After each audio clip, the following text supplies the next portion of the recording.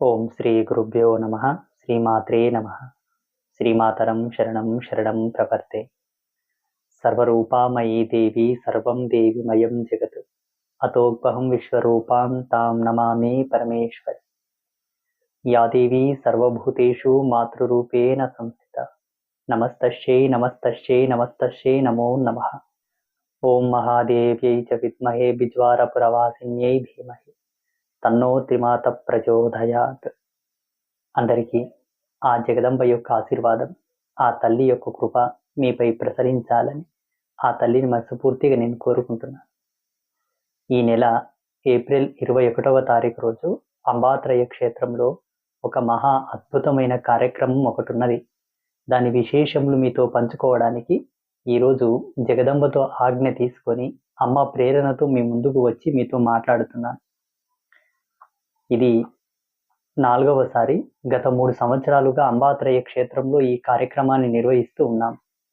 లోక కళ్యాణం కొరకు జగన్మాత ప్రేరణతో అమ్మ ఆదేశానుసారంగా ఒక సాధువుగా నా యొక్క ధర్మాన్ని, నా తపస్సును లోక కళ్యాణం కొరకు నేను ఏ విధంగా వాడాలి తల్లి అని అమ్మ చెంతన నేను వేడుకొనగా అమ్మ నాకు ఇచ్చిన దర్శనమే ఈ కార్యక్రమం. స్వస్తి క్రోధినామ సంవత్సర చైత్ర శుక్ల త్రయోదశి ఆదివారం, తేదీ 21, 4వ నెల, 2024వ సంవత్సరం. ఉదయం 10:35 ఉత్తరా నక్షత్రయుక్త మిథున లగ్న శుభపుష్కరాంశమున వధువు శ్రీవాణి వివాహము వరుడు చిరంజీవి శ్యామ్ సుందర్తో జరుగును. సకల దేవకోటికి ఒకే ముహూర్తంలో ఒకే పందిరిలో జరుగు మహోన్నతమైన వివాహ మహోత్సవానికి వచ్చు వారందరూ కూడా ధన్యులు. కళ్యాణ వేదిక శ్రీ శ్రీ అంబాత్రయ క్షేత్రము, త్రిశక్తి పీఠము, గ్రామము బిజ్వార్, మండలం ఉట్కూర్, జిల్లా నారాయణపేట. ఈ కార్యక్రమాన్ని నిర్వహిస్తున్న వారు శ్రీ శ్రీ అంబాత్రయ క్షేత్రం యొక్క ట్రస్ట్ సభ్యులు మరియు శ్రీ శ్రీ ఆదిత్య పరాశ్రీ గురువు గారి యొక్క ఆధ్వర్యంలో నిర్వహించబడును.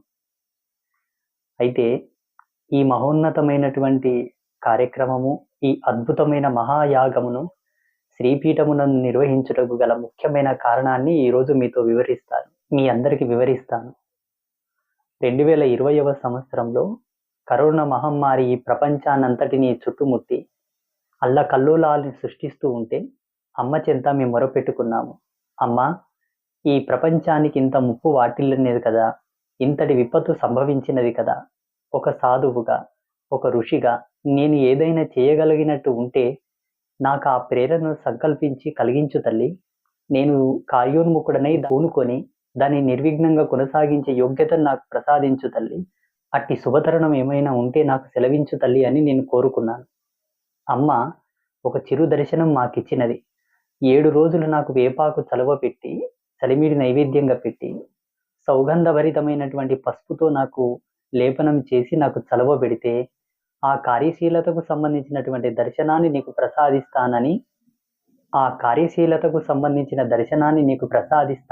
అమ్మ మా దర్శనంలో చెప్పగా 7 రోజులు యథాతథంగా అమ్మకు వేపాకు చలువ పెట్టి, చలిమిడి నైవేద్యం పెట్టి, సౌగంధభరితమైనటువంటి పసుపుతో అమ్మకు లేపనం చేయగా 8వ రోజు మా దర్శనంలోకి అమ్మ వచ్చి, విశ్వమునకు విపత్తు వాటిల్లినప్పుడు, విశ్వమునకు సమస్య సంభవించినప్పుడు, విశ్వమంతయు విపత్కర పరిస్థితిలో ఉన్నప్పుడు విశ్వమాత కళ్యాణము గావించిన ఎడల విశ్వ కళ్యాణము జరుగును అని చెప్పి అమ్మ మా దర్శనంలోకి వచ్చి చెప్పినది. అప్పుడు విశ్వమాత కళ్యాణం అనిన, నువ్వే విశ్వమాతవు కదా తల్లి, నువ్వే సర్వశక్తివి కదా, నువ్వే సర్వము, నువ్వే సమస్తము కదా, నీ కళ్యాణము ప్రతి సంవత్సరం మేము చేయుచున్నాము కదా తల్లి అని నేను కోరాను. అప్పుడు అమ్మ మా దర్శనంలో చెప్పినటువంటి సందేశం ఏమి అనగా, నేను సకల దేవతా స్వరూపిణైనటువంటి జగదంబనైనప్పటికీ కూడా అంతర్ముఖమై సూక్ష్మార్థ దర్శనంతో ఒక విగ్రహ రూపంలో మాత్రమే నాకు కళ్యాణము గావించుచున్నారు. కానీ కదిలే ధర్మము, నడిచే దైవము, ప్రత్యక్ష సంభూతమైనటువంటి ఒక గోమాతకు మీరు గనక కళ్యాణము గావిస్తే ఆ గోవు విశ్వమాత కాన ఈ విశ్వమంతయు సర్వ సౌమంగళ్య సౌభ్రాతృత్వంతో విరాజిల్లుగాక, అందరూ కూడా సశశామలంగా ఉండురుగాక, విశ్వమాత కళ్యాణము చేస్తే విశ్వ కళ్యాణము జరుగును అని చెప్పి అమ్మవారు మా దర్శనంలోకి వచ్చినది. తక్షణమే ఆచార్యుల చెంత సంప్రదించి, అయ్యా, ఈ కరోనా మహమ్మారి వెళ్ళిపోవుటకు మాకు ఒక దర్శనం వచ్చినది. అమ్మవారిని వేడుకొనగా ఒక తంతు చెప్తే ఆ తంతును 7 రోజులు నిర్వహించాము. 8వ రోజు అమ్మ మాకు ఈ దర్శనం ఇచ్చిందండి. మీరు శీఘ్రమే శ్రీపీఠానికి వచ్చి గోమాత కళ్యాణాన్ని నిర్వహించండి, ఈ సమస్య తొలగిపోవును అని నేను వారితో చెప్పాను. అప్పుడు వారు ఏమన్నారంటే, స్వామీజీ, మేము ఇంతవరకు ఎప్పుడు గోవు యొక్క కళ్యాణము చేయలేదండి. గోవు పూజలు చేశాము. గృహప్రవేశ సమయమునందు, ఇంకేదైనా దోషాలుంటే, ఇంకేదైనా శుభకార్యములు జరుపు సమయమునందు గోవుకు సంబంధించిన శ్లోక పఠనం చేస్తూ గోవుకు తగు ఉపచారములు సమర్పించి పూజలు చేయడం తథ్యమే. కానీ గోవుకు మాంగళ్య ధారణ చేయించి, గోవుకు కళ్యాణం చేయించే తంతు మేమెప్పుడు చేయలేదు. మాకు చాలా కొత్తగా ఉందని చెప్పి వారు అనడం జరిగింది. నేనన్నాను, మరి ఏమీ లేదండి. దానికి తగు ముహూర్తమును, తగు మంత్రసిద్ధిని, మంత్ర కైంకర్య విధినంతయు కూడా జగదంబ మాకు చెప్పినది. నేను మీకు ప్రబోధం చేస్తాను. దాన్ని అనుసరించే మీరు చేయండి. నేను కర్తగా నిలబడి మీకు, ప్రపంచానికి ఏ విపత్కరము సంభవించకుండానే ఈ కార్యక్రమం జరుగుతూ ఉన్నది. లోక కళ్యాణం కొరకు విప్రులు కంకణబద్ధులై ముందుకు రావాలి గాని వెనకడుగు వేయకూడదండి. అది మీ విప్రధర్మానికే కలంకము. మీరు తప్పకుండా దీనికి పూనుకోవాలని చెబితే వాళ్ళు వెంటనే కార్యోన్ముఖులై వచ్చారు. ఈ గోమాత కళ్యాణానికి సంబంధించిన కొన్ని మౌలికమైన పద్ధతులున్నాయి. ఏంటి? చైత్రమాసం, వసంత ఋతువు, శుక్లపక్షం లోపలనే ఈ కళ్యాణం చేయాలి. 7 అంతరాల పందిరి లోపల చేయాలి. అనగా 7 స్టెప్స్. మామూలుగా పెళ్లి సమయం లోపల పలు విధములైనటువంటి పత్రములు అనగా ఆకులను, దివ్యాత్మ సంభూతమైనటువంటి ఆకులను కొన్నిటిని తీసుకొచ్చి, ఏ చెట్టు వృక్షములలో అయితే భగవత్ కళలు ఉంటాయో, ఏ చెట్టు ఆకులలో అయితే అశ్విని దేవతల యొక్క ఓజస్సు ఉంటుందో, అట్టి చెట్టుల యొక్క ఆకులను తీసుకొచ్చి, అనగా ఆ ఆకులు కూడా 16 రకాల చెట్ల యొక్క ఆకులను తీసుకొచ్చి 7 స్టెప్స్ 7 అంతరాల పందిరి వేసి, 7 అంతరాల పందిరి కింద గోమాతను, సమకాలికమైనటువంటి వృషభాన్ని అనగా కన్యగా ఉన్న గోమాతను తీసుకొని, సమకాలికమైనటువంటి కోడెను చూసి, వాటన్నిటి కూడా మంచిగా క్రియాశీలతతో కైంకర్యాలు జరిపించి, గోవుకు నామం పెట్టి, ఒక పేరును పెట్టి, ఆ పేరు మీద తగినటువంటి వరుడి యొక్క నామాన్ని సెలెక్ట్ చేసి, గోమాతకు, వృషభానికి లగ్నపత్రిక నిర్ణయం చేసి, లగ్నపత్రికను ముద్రించి, మన మానవ పెళ్లిళ్ళకు గదా ఏ విధంగా అయితే 10 మందికి పత్రికలు పంచుతారో, ముహూర్తం పంచుతారో, అదేవిధంగా గోమాత పేరిట, వృషభం పేరిట పత్రిక ముద్రణ చేయించి, చాలా మందికి లగ్నపత్రిక, ముహూర్త వితరణ చేయించాము. చాలా మంది వచ్చారు, చూశారు, అద్భుతంగా ఆనందం పడ్డారు, సంతోషపడ్డారు. చాలా మంది అన్న విషయం ఏంటంటే, మేము ఎక్కడ చూడలేదండి. చాలా గొప్ప కార్యక్రమము, అద్భుతమైన కార్యక్రమం. మేము చాలా సంతోషించాము. ఇట్టి పుణ్యమును మాకు ప్రసాదించినందుకు మీకు ధన్యవాదాలండి. అంబాత్రయ క్షేత్రం యొక్క పుణ్యాన మేము గోమాత కళ్యాణము చూడగలిగామని చెప్పేసి చాలా మంది ఆనందపడ్డారు. కొంతమంది ప్రముఖ స్వామీజీలు వచ్చారు, పీఠాధిపతులు వచ్చారు. ఆ కళ్యాణ కైంకర్యమును నిర్వహించినటువంటి ఆచార్యులైతే, పురోహితులు చాలా చాలా ఆనందపడ్డారు. ఎంత ఆనందపడ్డారంటే, వాళ్ళు మళ్ళీ సంవత్సరం వచ్చే వరకు దాన్ని నెమరువేస్తూనే ఆనందంతోనే వాళ్ళు జీవించారనమాట. ఎక్కడ తారసపడ్డా మాతో చెప్పేవాళ్ళు, స్వామీజీ గోమాత కళ్యాణం అద్భుతమండి. మా జీవితం చరితార్థమైంది, మా జన్మలు పావనమైనాయని మేము భావించాం. వాస్తవానికి మాకు తెలియదు. మీరు జగదంబను ప్రార్థించి, అమ్మను ఆరాధించి, అమ్మతో తీసుకున్న సందేశాన్ని మాచే చేయించారు కాబట్టి, మేము కూడా పునీతులమైనామని చెప్పి తలంచుచున్నామని వాళ్ళు చెబుతూ ఉంటారు. ఎక్కడ కలిసినా ఇదే మాట చెబుతూ ఉంటారు. అలా 2021వ సంవత్సరంలో చేశాము. 2022వ సంవత్సరం వరకు కోవిడ్ ఆంక్షలని పోయి, అందరూ సస్యశ్యామలంగా తిరుగుతూ, అందరూ కలుసుకొని, సుఖ సంతోషాలతో జీవించి, అందరూ యథాతథంగా జీవించినట్లయితే, మరలా ఈ కార్యసంకల్పమునకు మేము కంకణబద్ధులమై నిలబడతామని ఆ పందిరిలోనే పాలబాసలు చేశాము. మేము చేసినటువంటి ఆ క్షీర ప్రతిజ్ఞ వలన అమ్మ ప్రసన్నమై 2022వ సంవత్సరం వరకు ఈ చైత్రమాసం, వసంత ఋతువు, శుక్లపక్షం వరకు కోవిడ్ ఆంక్షలని పోయి, అందరూ కూడా ఒకరినొకరు చూసుకుంటూ ఆనందంగా, ఆరోగ్యకరంగా, సస్యశ్యామలంగా జీవించడం మొదలైంది. అమ్మ మమ్మల్ని అనుగ్రహించింది, మా సంకల్పం నెరవేరిందని చెప్పి 2022వ సంవత్సరంలో కూడా చేశాము. యథాతథంగానే 2023వ సంవత్సరంలో కూడా చేశాము. ఇప్పుడు 2024వ సంవత్సరము. ఏప్రిల్ 21వ తారీఖు రోజు ఆదివారం రోజు ఆదివారం నాడు అంబాత్రయ క్షేత్రములో శ్రీ శ్రీ అంబాత్రయ క్షేత్రంలో ఇట్టి గోమాత కళ్యాణ మహోత్సవం ఉంటుంది. ప్రతి ఒక్కరు కూడా ఇట్టి పుణ్యకార్యమునకు తప్పకుండా రండి. మీకెన్ని పనులున్నా, ఎన్ని ఇబ్బందులున్నా, ఎన్ని కష్టాలున్నా, రావడానికి మీ స్తోమతి సరిపోకపోయినా కూడా ఏదో ఒక విధంగా సర్దుబాటు చేసుకొని తప్పకుండా ఇట్టి పుణ్యమునకు మీరు హాజరయ్యి ఈ పుణ్యమును మీరు గ్రోలి మీ ఇంటికి ఈ పుణ్యమును తీసుకువెళ్ళడానికి మీరందరూ తప్పకుండా రావాలని నేను ఆదేశిస్తున్నాను. చూడండి, కొందరు పని పట్టుకొని పుణ్యం చేయాలని చూస్తుంటారు, కానీ సంప్రాప్తం అవ్వదు. కొందరు ఏదేదో చేసి ఏదో పుణ్యాన్ని సంపాదించుకొని మేము మా పిల్లలు సుఖ సంతోషాలతో జీవించాలని ఎన్నెన్నో కార్యక్రమాలు చేస్తుంటారు. దాన ధర్మాలు చేస్తుంటారు, పూజలు చేస్తుంటారు, యజ్ఞ యాగాదులు చేస్తుంటారు, ఏవేవో చేస్తుంటారు, గుడులు కట్టిస్తుంటారు, గోపురాలు కట్టిస్తుంటారు, అనాథ శరణాలయాలను పోషిస్తుంటారు, ఏవో చేస్తుంటారు. కానీ చేసే ధర్మం వారితో ఉన్న ఆ పుణ్యం వచ్చే ధర్మం భగవంతుని చెంత ఉంటుంది. బాగా గుర్తుంచుకోండి. నీవు చేసేటటువంటి ఆ దానము, ఆ పూజ, ఆ క్రియా సంకల్ప శక్తి అంతయు కూడా పరిపూర్ణమై త్రికరణ శుద్ధిగా ఉండి ఏ కార్య సంకల్ప ధర్మానికైతే నువ్వు పాత్రత ఉండి చేస్తున్నావో అట్టి కార్య సంకల్ప పాత్రతకు నువ్వు అనుసంధానంగా ఉండి అనుకూలంగా ఉండి తగిన వాడవైతే తప్ప మనకు ఆ పుణ్యం రాదు. కానీ గోమాత కళ్యాణం ఒక అద్భుతం, అమోఘం. ఎలాగంటే నేను చెప్తాను వినండి. గోవులో సమస్త దేవతలు కొలువుదీరి ఉంటారు. మన సనాతన ధర్మంలో ఎందరో దేవతలు ఉన్నారు. ఒక్కొక్క అంశకు ఒక్కొక్క ప్రాతినిధ్యమైనటువంటి ధర్మం ఉన్నది, మూలం ఉన్నది, అవతార పరమార్థం ఉన్నది. ఈ కాలధర్మం లోపల, ఈ ప్రపంచంలో, ఈ విశ్వంలో అనేక స్థితిగతుల నడుమ అనేక మూలాలతో అనేక ధర్మాలతో భగవంతులు వెలిశారు. ఎందరో దేవి దేవతలు ఉన్నారు. సకల దేవతలు ఒక చేత నిలబడాలంటే ఎట్టి స్థానము కావాలన్నది ఒక ప్రశ్న. సమస్త దేవతలు కొలువుదీరేటటువంటి నిలయం ఒకటి కావాలన్నది కూడా ప్రశ్నే. సకల దేవతలు ఒక చేత నిలబడేటటువంటి ప్రదేశమే గోమాత యొక్క శరీరము. సమస్త దేవతలు కలగలుపుకొని నివసించేటటువంటి ప్రదేశము, నిలయమే గోమాత శరీరము. పూర్వం బ్రహ్మమానస పుత్రులకు బ్రహ్మదేవుడికి ఒక సంవాదం జరిగింది. నారదుల వారు కూడా అక్కడున్నారు. అయ్యా, ఏకకాలంలో ఒకే ముహూర్తంలో ఒకే పందిరిలో ఒకే తంతుననుసరించి సకల దేవతలకు కళ్యాణము జరిగేటటువంటి విధి ఏదన్నా ఉన్నదా అని వాళ్ళు అడిగారనమాట. అప్పుడు బ్రహ్మదేవుడు కాసేపు కళ్ళు మూసుకొని వారికి ఉన్న దివ్య దృష్టితో చూశాడు. నాయనలారా, మీరడిగినటువంటి ప్రశ్నకు తగు సమాధానం ఏమి అనగా, సకల దేవతలు కొలువుదీరినటువంటి గోమాత విశ్వమాత.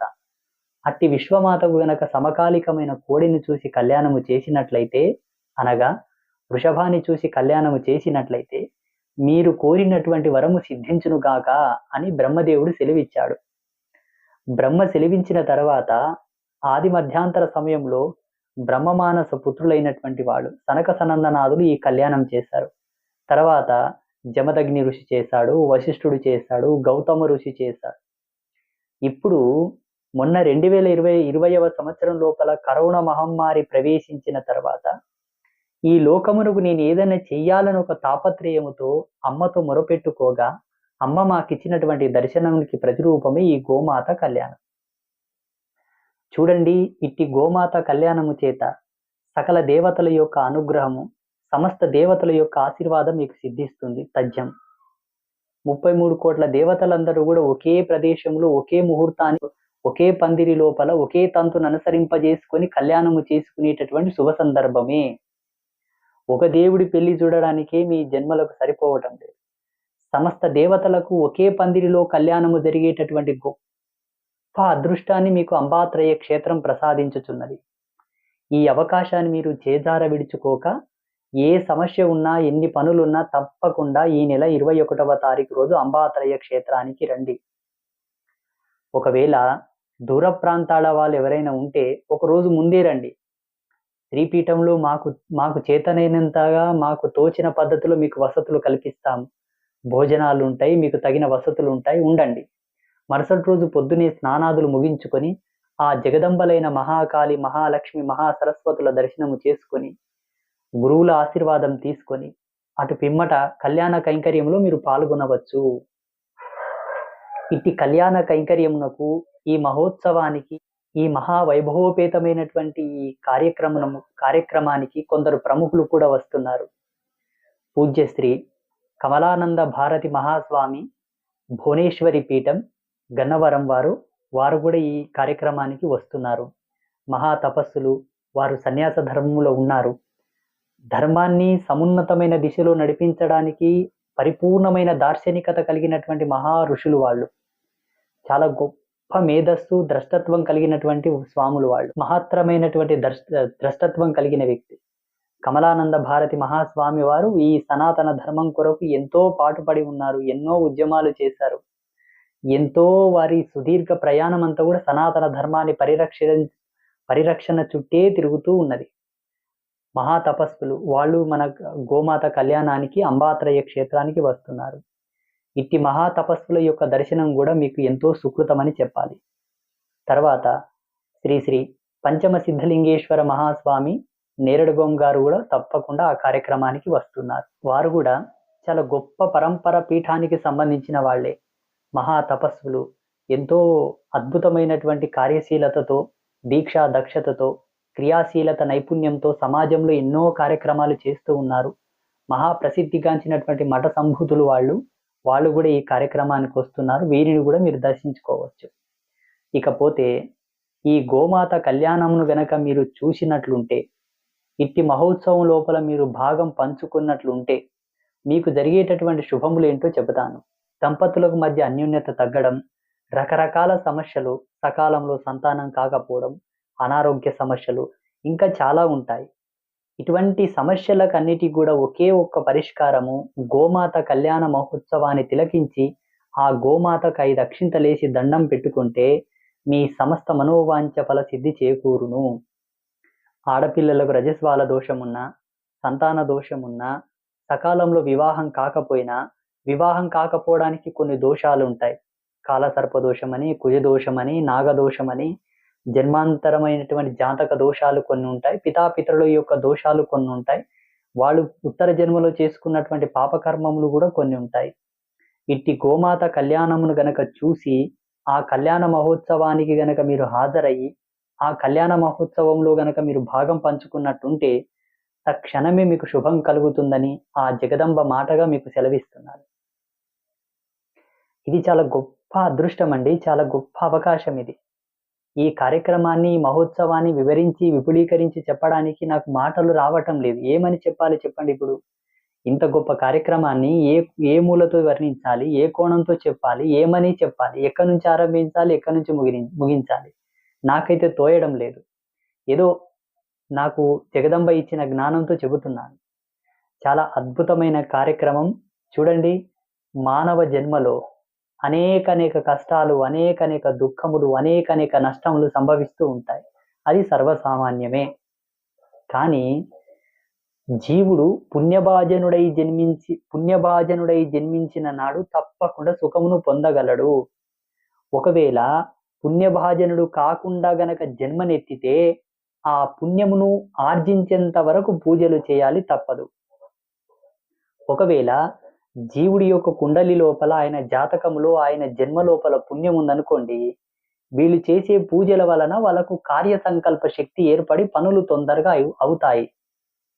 ఒకవేళ వాళ్ళ జాతకములో, వాళ్ళ యొక్క జీవితంలో, వాళ్ళ యొక్క జన్మలో, వాళ్ళ కుండలి లోపల పుణ్యం లేదనుకోండి, వీళ్ళు చేసే పూజలు, వ్రతాలు, నోములు, పుణ్యక్షేత్రముల యొక్క దర్శనము, పుణ్యతీర్థముల యందు స్నానం చేయడం, పుణ్యతీర్థముల యొక్క సేవన, సాధు సత్పురుషుల దర్శనము, ఇవన్నీ కూడా, దాన ధర్మాలన్నీ కూడా పుణ్యాన్ని ఆర్జిస్తాయి, పుణ్యాన్ని సంప్రాప్తం చేస్తాయి. పుణ్యము తగు మోతాదులో డిపాజిట్ అయిన తర్వాత వాళ్ళకు పనులు అవ్వడం మొదలవుతాయి. ఎవరికైతే పుణ్యం ఆల్రెడీ ఉంటుందో వాళ్ళు ఏదైనా పూజ చేసినా, మొక్కుకున్నా, దేవాలయ దర్శనం చేసుకున్నా, మాబోటి స్వామీజీలను దర్శించుకున్నా, మేము ఆశీర్వదించినా తొందరగా వాళ్ళ మీద ప్రభావం అనేది మొదలవుతుంది. వాళ్ళ పనులు సకాలంలో తొందరగా అయిపోతాయి. ఎవరికైతే పుణ్యం లేదో వీళ్ళు చేసే పూజలు, మొక్కుబడులన్నీ కూడా వాళ్ళ ఈపున పుణ్యాన్ని డిపాజిట్ చేస్తాయి. తగిన పుణ్యం డిపాజిట్ అయిన తర్వాత పనులు అవుతాయి. ఇది చాలా మందికి తెలియదు.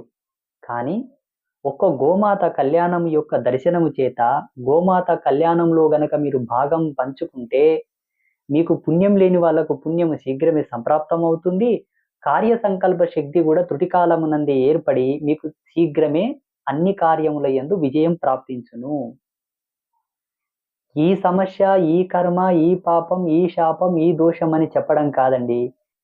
సమస్త దేవతలు కొలువుదీరి ఉన్నటువంటి గోమాత, మాంసనేత్రముల ముద్దతో కదిలేటటువంటి దైవము, నడిచే ధర్మము, కదిలే దేవత, నడయాడే దేవాలయము.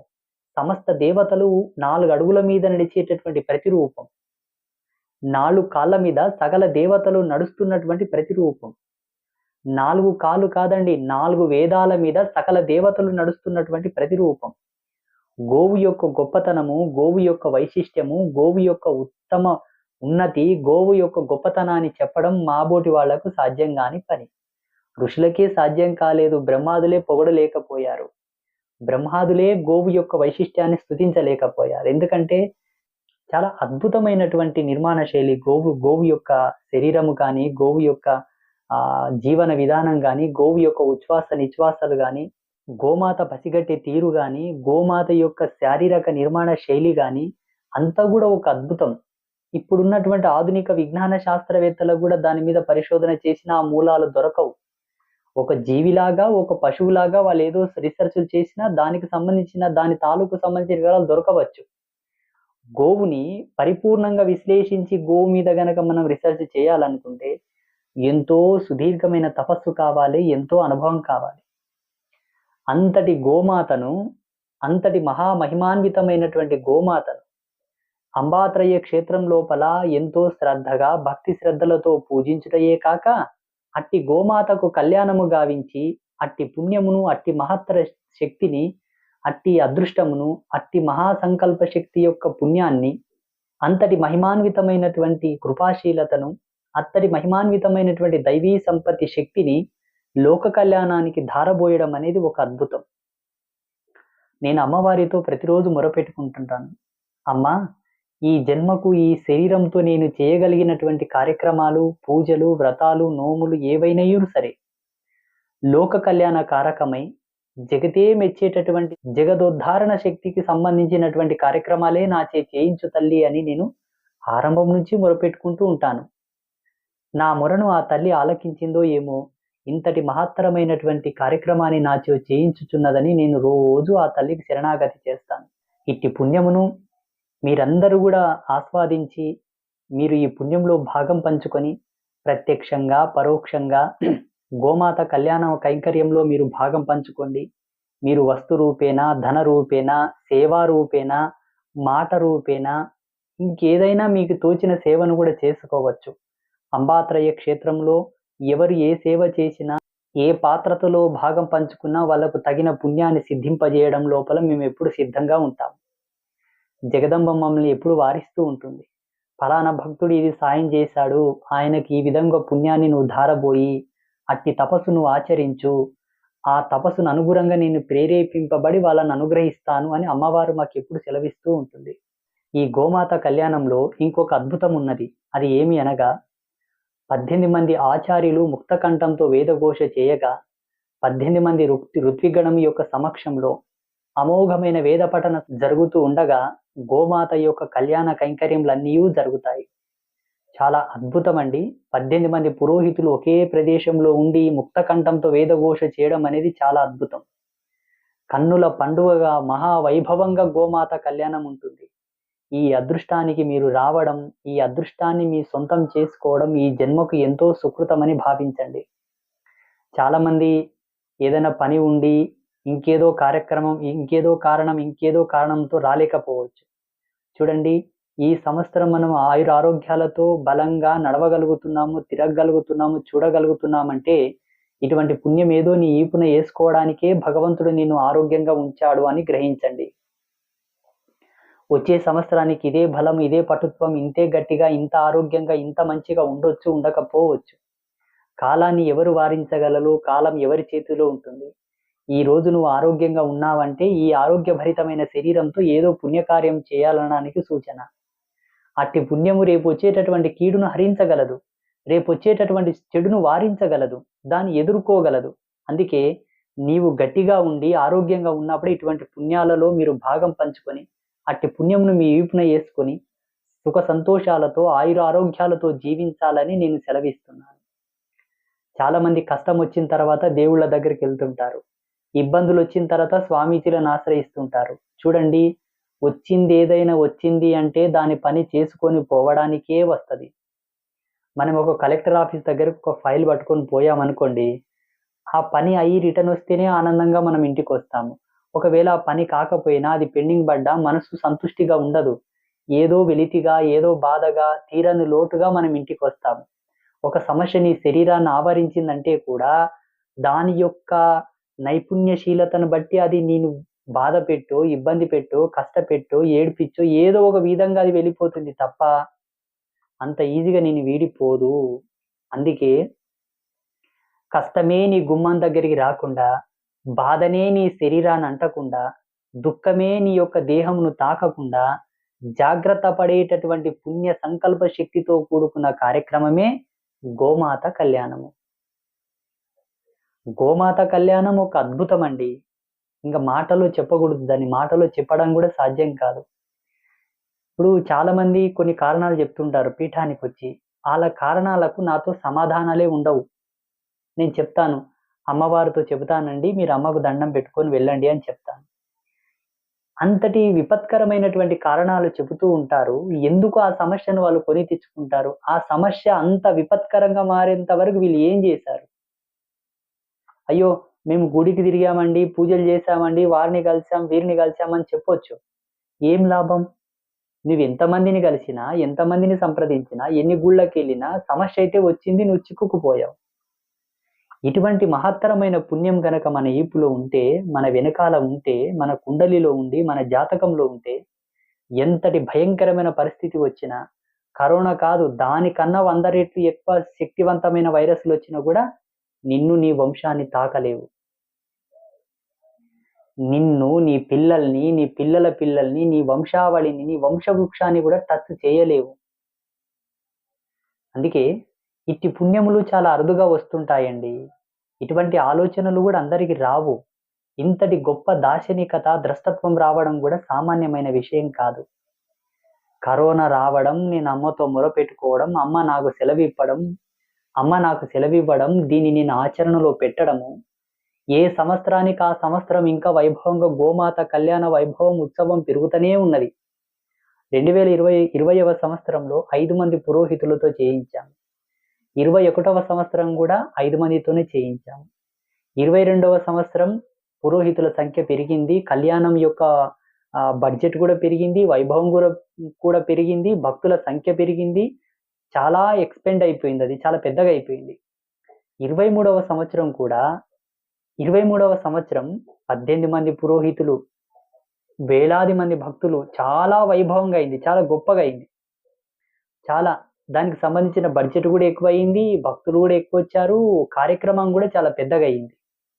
ఈ సంవత్సరం 2024వ సంవత్సరం ఏప్రిల్ 21వ తారీఖు రోజు ఈ కార్యక్రమం ఇంకా అద్భుతంగా జరగనున్నది.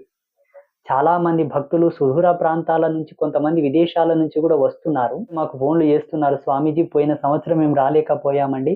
మేము ఫస్ట్ టైమ్ చూసాము. ఈసారి ఎప్పుడుందండి? మేము వస్తున్నాము. మేము ఫ్లైట్ టికెట్స్ బుక్ చేసుకోవాలని పోయిన నెలలోనే మమ్మల్ని చాలా మంది సంప్రదించారు. ముహూర్త నిశ్చయం అయిందండి. పలానా డేటుకు కళ్యాణం ఉందని నేను చెప్పాను. చాలా మంది విదేశాల నుంచి గూడా వస్తున్నారు. ఇతర రాష్ట్రాల నుంచి గూడా వస్తున్నారు. చూడండి, పుణ్యం, పురుషార్థం ఒకేసారి దొరకదు. ఒకవేళ పుణ్యం దొరికినా పురుషార్థం దొరకదు. పురుషార్థం దొరికినా పుణ్యం దొరకదు. పుణ్యం లేని పురుషార్థం నిలబడదు. పురుషార్థం లేని పుణ్యం గూడా నిలబడదు. పుణ్యం, పురుషార్థం ఒకే సర్గలో, ఒకే కాలంలో, ఒకే సమయమునందు మీ ఈపుకు రావాలంటే గోమాత కళ్యాణంలో భాగం పంచుకోండి. అట్టి మహోత్సవంలో గూడా మీరు భాగం పంచుకోండి.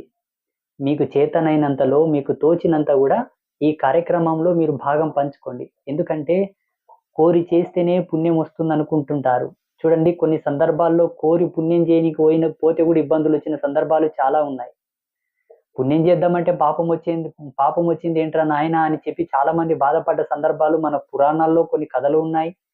వర్తమానంలో గూడా చాలా మంది పీఠానికొచ్చి చెప్తుంటారు. స్వామీజీ నేను ఈ పూజ చేద్దామని పోతే మాకు ఇట్లా అయిందండి, అట్లా అయిందని చెప్తూ ఉంటారు. ప్రామాణికం లేని పుణ్యం మీకు సిద్ధించదు. కర్త ఉండాలి. అట్టి కార్యశీలతను కంట్రోల్ చేసి దాని యొక్క ధర్మాన్ని నిలబెట్టగలిగేటటువంటి యోగి, అట్టి సంకల్ప శక్తి కలిగినటువంటి ఒక ఋషి ఉండగలిగితే ఆ కార్యం వైపు మీకు వచ్చేటటువంటి పుణ్యాన్ని మీకు మరల్చగలడు. అట్టి శక్తిని ఆ జగదంబ మాకు ప్రసాదించి శ్రీపీఠంలో కూర్చోబెట్టింది. మా నేతృత్వంలో, మా సమక్షంలో ఆ జగదంబలైన మహాకాళి, మహాలక్ష్మి, మహాసరస్వతుల యొక్క ఆధీనంలో ఈ కళ్యాణం ఉంటుంది. చూడండి, గోమాత కళ్యాణానికి ఉండే గొప్పతనాలు ఇంకొన్ని చెప్తాను.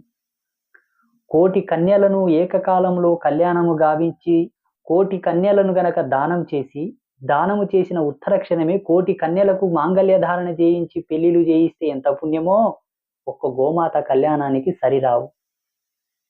అనంత కోటి కన్యలను దానం చేసి కళ్యాణము చేస్తే వచ్చే పుణ్యము కూడా ఈ గోమాత కళ్యాణానికి సాటి రాదు. ఎందుకంటే అద్భుతం, గోమాత కళ్యాణం అంటే సామాన్యం కాదు.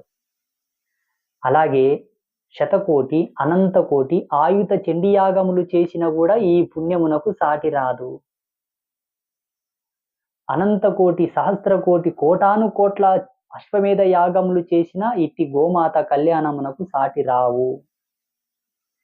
మాలాంటి సాధువులు, తాపసులు, అఘోరాది నాగసాధువాది దిగంబరులు, మంత్రజ్ఞులు, తంత్రజ్ఞులు, మఠాధిపతులు, పీఠాధిపతులు, సాధు సత్పురుషాది సన్యసాదులెల్లరూ కూడా ఇట్టి గోమాత కళ్యాణము ముందు తలవంచవలసిందే.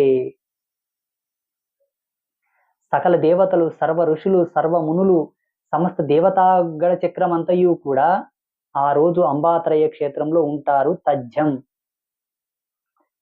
ఎందుకంటే దైవ సంసిద్ధమైనటువంటి ధర్మముల ప్రకారంగా ఎక్కడ గోసేవ జరుగునో, ఎక్కడ గోమాత పూజ జరుగునో, ఎక్కడ గోమాత యొక్క స్తోత్ర పఠనం జరుగునో, ఎక్కడ గోమాత కళ్యాణము జరుగునో అక్కడ సకల దేవతలు, త్రిమూర్తులు కూడా సూక్ష్మ రూపంలో కొలువై ఉంటారు. సర్వ ఋషి బృందమంతయు, సర్వ యోగి బృందమంతయు, సర్వ ముని బృందమంతయు కూడా, సమస్త సాధు బృందమంతయు కూడా అక్కడ సూక్ష్మ రూపంలో ఉండి గోమాత కళ్యాణ తంతు అయిపోయిన తర్వాత మరల వాళ్ళ స్థానాలకు వెళ్ళిపోతారు. ఇది సత్యం. ఎంత అదృష్టం కావాలండి ఇటువంటి కార్యక్రమాలకు రావడం. ఏవేవో చేస్తుంటారు బయట, డబ్బులు వెచ్చిస్తుంటారు, సమయం వెచ్చిస్తుంటారు, ఏమో ఆశించి చేస్తుంటారు. అది అవుతుందా కాదా అది తర్వాత మీ యొక్క పుణ్యఫలం పైన, మీ సత్యం పైన, మీ క్రియాశీలత పైన ఆధారపడి ఉంటుంది. కానీ ఇటువంటి కార్యక్రమాలకు వచ్చిన, చూసిన, పాల్గొన్న, పాలు పంచుకున్న ఈ పుణ్యం ఊరకే పోదు. రొట్టె మీద కూరబెట్టినట్లనే మీకు అన్ని శుభాలు జరుగుతాయి. ఇది సత్యం, సత్యం, సత్యం. ఇంతకంటే నేను ఎక్కువ చెప్పడం మంచిది కాదు. ఎందుకంటే కొంతమంది మేధావులు ఉంటారు, ఈ స్వామి సెల్ఫ్ డబ్బా కొట్టుకుంటున్నాడు, సెల్ఫ్గా అన్ని చెప్తున్నాడని.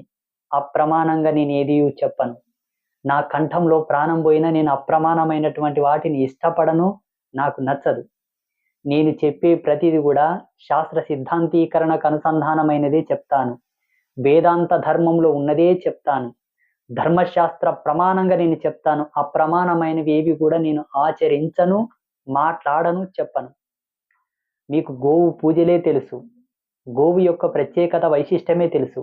గోమాత కళ్యాణము గురించి ఎవరికి చాలా మందికి తెలియదు. ఆ మధ్యలో శ్రీపురం స్వర్ణ దేవాలయము, నారాయణి అమ్మవారు గోమాత కళ్యాణం చేశారని విన్నాను. కానీ ప్రసవించిన గోవు, 2-3 దూడలకు జన్మనిచ్చిన గోవు బొక్కలు తేలి ముసలి ఆవుకు పెళ్లి చేశారు. అది మహాపాపం. మానవ మాతృలం మనమే. కన్యగా ఉన్న ఒక స్త్రీకి మనం కళ్యాణం చేస్తాము. పిల్లలైన స్త్రీలు కూడా పెళ్లి చేసుకుంటారు అనుకోండి, ఆమె భర్త చనిపోతే ఇంకేదో కారణాలు ఉంటే సెకండరీ మ్యారేజ్ చేసుకుంటారు. విడాకులైతే ఇంకేదో సంబంధం సమస్య వస్తే. కానీ గోవు కళ కాదండి. కన్యగా ఉన్న గోమాత అంటే సంవత్సరం దాటిన గోవు. మళ్ళీ సంవత్సరం లోపు ఉన్న గోవుకు పెళ్లి చేయకూడదు, పాపం తగులుతుంది. సంవత్సరం దాటిన గోమాత గోవు సూడిద తప్పకుండా ఉండి, గోవు గర్భం దాల్చకుండా ఉండి, కన్యగా ఉన్న గోవుని తీసుకొని సమకాలికమైన కోడె, సంవత్సరం పై చీలుకున్నటువంటి ఆవుని, 1 సంవత్సరంన్నర 2 సంవత్సరాలు ఉండేటువంటి కోడెని తీసుకొని వాళ్ళిద్దరి కూడా నామ సంక్రమణ జరిపి, నామ ప్రమాణం చేయించి, వధువుకు పేరు వరుడికి పేరు పెట్టి అట్టి ముహూర్తం మీద బలము చూసి ఆ బలము నిశ్చయం చేత వాళ్ళకి పేర్లు పెట్టించి లగ్న పత్రిక వేసి మన పెళ్లిళ్ళకి ఎట్లా లగ్న ముహూర్తాన్ని పంచుతామో అట్లా గోవు యొక్క పెళ్లికి కూడా మేము 16 పొలిమేర్లకు గోమాత యొక్క కళ్యాణ పత్రికలు అందజేయాలని కూడా అమ్మవారు చెప్పింది. చాలా మందికి పంచుతాము. ఒక 1000కి 2000కు పైగా పత్రికలు పంచుతాం. అలా ఎంతో సుప్రసిద్ధాత్మకమైనటువంటిది గోమాత కళ్యాణం. ఎంతో పరమ పవిత్రమైంది. సమస్త తీర్థములలో మునిగినటువంటి పుణ్యము, సమస్త పుణ్యక్షేత్రాలను దర్శించిన పుణ్యము, సకల దేవతలను ఏకకాలంలో దర్శించుకున్న పుణ్యము, సమస్త దేవతలకు ఏకకాలంలో తలంబ్రాలు వేసిన పుణ్యము, ఈ భూమండలాన్ని ముమ్మారు ప్రదక్షిణలు చేసిన పుణ్యం కూడా గోమాత కళ్యాణం వల్ల వస్తుంది. భూ ప్రదక్షిణ, గో ప్రదక్షిణ, మాతృ ప్రదక్షిణ, గురు ప్రదక్షిణ, అశ్వత్థ వృక్ష ప్రదక్షిణ మహాపుణ్యమని మనకు ధర్మశాస్త్రాలు చెబుతూ ఉన్నాయి. కానీ గోమాత కళ్యాణం యొక్క వీక్షణ వలన జన్మ పావనం కావడం తథ్యము. మీకు చెప్పాను కదా, ఒకే ముహూర్తంలో ఒకే లగ్నంలో ఒకే పందిరి కింద ఒకే కళ్యాణ తంతును అనుసరించి సకల దేవతలకు కళ్యాణము జరిగేటటువంటి మహోన్నతమైనటువంటి కార్యక్రమం గోమాత కళ్యాణం. అది ఈ నెల ఏప్రిల్ 21వ తారీఖు రోజు శ్రీ శ్రీ అంబాత్రయ క్షేత్రంలో ఈ కార్యక్రమం ఉంటుంది. మీరందరూ మీకు తోచిన పద్ధతిలో ఈ మహోన్నతమైన కార్యక్రమంలో భాగస్వాములు కావాలి. ఈ పుణ్యం మీ తరతరాలకు ఉండాలి. రేపు మీ సంతానములో భగవంతుడనేవాడు తొంగి చూసేటటువంటి సందర్భం ఏదన్నా ఉన్నా, కాలమే తొంగి చూసేటటువంటి సందర్భం ఏదన్నా ఉన్నా, గోమాత కళ్యాణము చేసిన పుణ్యం ఈ వంశంలో ఉందని కాలం చెప్పగలగాలి. భగవంతుడు కూడా చెప్పగలగాలి. మీ పితాపితరుల యొక్క ఆత్మలకు శాంతి చేకూరక కూడా మీకు కొన్ని కష్టాలు వస్తుంటాయండి. ఆర్థిక పరంగా, ఆరోగ్యపరంగా, సంసార పరంగా, పిల్లల యొక్క విద్యాబుద్ధులలో విద్యా ఉద్యోగ యోగంలో కూడా కొన్ని ఆటంకాలు సంభవిస్తూ ఉంటాయి. పితృదోషములు కూడా కొన్ని మహత్తరమైనటువంటి సందర్భాలలో ఎదురుపడుతుంటాయి, తారసపడుతుంటాయి, ఇబ్బందులు సృష్టిస్తూ ఉంటాయి. పితాపితరులకు మీకు శీఘ్రమే స్వర్గప్రాప్తిని పొందించగలిగి వాళ్ళకు శాంతి కలగాలంటే కూడా గోమాత కళ్యాణాన్ని వీక్షించండి. ఒక్క మాటలో చెప్పాలంటే ఈ గోమాత కళ్యాణం విశ్వ కళ్యాణం, లోక కళ్యాణ కారకంగా మాకు ఈ సంకల్పం వచ్చినది. జగదంబ మాచే ఈ కార్యక్రమం చేయిస్తున్నది. ఒక సాధువుగా, ఒక ఋషిగా, ఒక తాపసిగా నా జన్మ పావనమైందని నేను ప్రతిరోజు ఆ తల్లికి కృతజ్ఞత చెప్తాను. అమ్మా, ఎక్కడో పుట్టిన నన్ను దేనికి విలువలేని కుటుంబంలో పుట్టించి, దేనికి ప్రమాణం లేని ఒక వర్గంలో పుట్టించి, నాచే ఈ కైంకర్యములు చేయిస్తున్నావంటే నా జన్మకున్న అర్థము, నీవు నన్ను వరించి చేయిచున్నటువంటి ఈ యొక్క మూలాలు, ఈ మార్మికమైనటువంటి శోధన, ఈ కైంకర్య విధులన్నీ కూడా నా జన్మకు సుకృతార్థమును ప్రసాదించుటకి చేయుచున్నావు తల్లి అని ప్రతిరోజు నేను ఆ తల్లి యొక్క పాదపద్మముల చెంత మొరపెట్టుకుంటాను. నా జన్మ పావనమై నా తపస్సు ఫలించిందని నేను ప్రతిరోజు ఆ తల్లికి శరణాగతి చేస్తాను. చూడండి, సాధువుల యొక్క సమక్షంలో జరిగినటువంటి ఏ కార్యక్రమమైనా అక్షయ సమానమైనటువంటి ఫలితాలు ఇస్తుందని మనకు ధర్మశాస్త్రాలు చెబుతున్నాయి. గృహప్రవేశం జరిగినా, వివాహం జరిగినా, ఏ శుభకార్యం జరిగినా, ఏ పూజ జరిగినా, ఏ హోమం చేసినా, ఏ యజ్ఞం చేసినా, ఏ కైంకర్యం చేసినా ఒక సాధువు యొక్క నేతృత్వంలో చేయండి, మీకు కోటి శుభాలు జరుగుతాయని చెప్పి మనకు ధర్మం చెబుతూ ఉన్నది.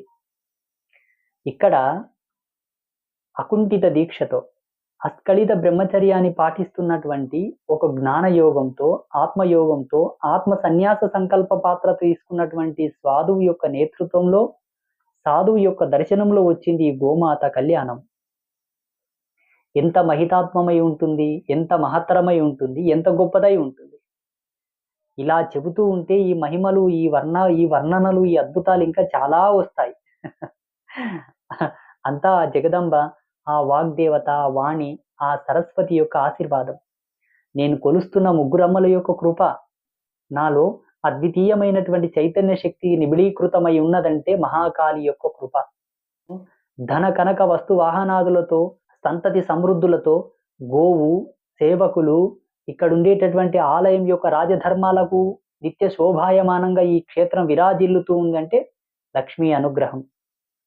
అలాగే ఏదో మీ ముందు 4 మాటలు ఈ నోటితో మాట్లాడుతూ మిమ్మల్ని పరవశింపజేస్తూ మీకు సమున్నతమైన, సముచితమైన సహృదమైనటువంటి సద్భావనలతో కూడుకున్నటువంటి సత్ప్రవర్తనతో కూడుకున్నటువంటి సదాచార సంపన్నమైనటువంటి శ్రేయోధర్మమైనటువంటి జ్ఞానాన్ని వివరిస్తున్నానంటే ఆ వాగ్దేవత వాణి యొక్క ఆశీర్వాదం, సరస్వతి యొక్క కృప. వేదాంత ధర్మాలను, మంత్రతంత్రాలను, మంత్రముల యొక్క మార్మికతను, శాస్త్రముల యొక్క లోతును వివరిస్తున్నానంటే గాయత్రి యొక్క కృప. ఆ జగదంబల యొక్క ఆరాధన వలనే, ఆ తల్లుల యొక్క సేవ వలనే నాకు ఈ పుణ్యం సిద్ధించిందని నేను చెబుతున్నాను. చివరిగా ఒక మాట చెప్తాను. ఈ నెల 21వ తారీఖు రోజు, ఏప్రిల్ 21వ తారీఖు రోజు జరిగేటటువంటి గోమాత కళ్యాణం ఒక అద్భుతం, అమోఘం, అనిర్వచనీయం, అద్వితీయం, అజరామరము.